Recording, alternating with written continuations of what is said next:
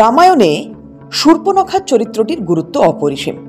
অনেকে এটাই মনে করেন যে রাম রাবণের যুদ্ধের পেছনে শূর্পণখার ভূমিকা ছিল সব থেকে বেশি। শূর্পণখা ছিলেন অন্যতম প্রধান নারী চরিত্র। জন্মের সময় তার নাম ছিল মীনাক্ষী এবং তিনি অত্যন্ত সুন্দরী ছিলেন। তার দাদা রাবণের দরবারে তার গুরুত্ব ছিল অপরিসীম, কিন্তু দুষ্টু বুদ্ধি ও ক্ষমতার লোভে শীঘ্রই রাবণের অনুগ্রহ হারিয়ে ফেলেন তিনি। রামায়ণে বর্ণনা অনুযায়ী 14 বছর বনবাসে থাকাকালীন রাম এবং লক্ষ্মণের সাথে দেখা হয় শূর্পণখার।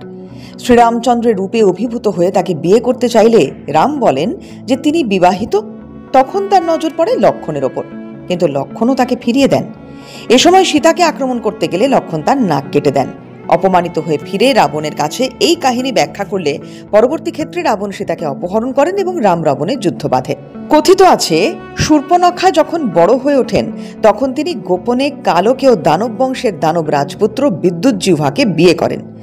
দানবকে বিয়ে করার জন্য রাবণ শূর্পণখার উপর ক্ষুব্ধ হয়ে ওঠেন। দানবরা রাক্ষসদের শত্রু ছিল। ক্রোধে ভরা রাবণ তাদের দুজনকেই হত্যা করার সিদ্ধান্ত নেন।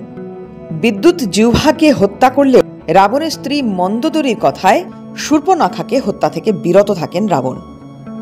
এটি তো গেল একটি মত। ব্রহ্মবৈবর্ত পুরাণ অনুসারে শূর্পণখা পরবর্তীতে পবিত্র পুষ্কর হ্রদে গিয়ে ব্রহ্মার কাছে প্রার্থনা করেন যে তিনি তার পরবর্তী জন্মে রামের সাথে বিবাহ বন্ধনে আবদ্ধ হন, এবং তারপর তিনি কুব্জা নামে পুনর্জন্ম লাভ করেন, যিনি রামের অবতার ভগবান শ্রীকৃষ্ণের স্ত্রীদের মধ্যে একজন হয়েছিলেন।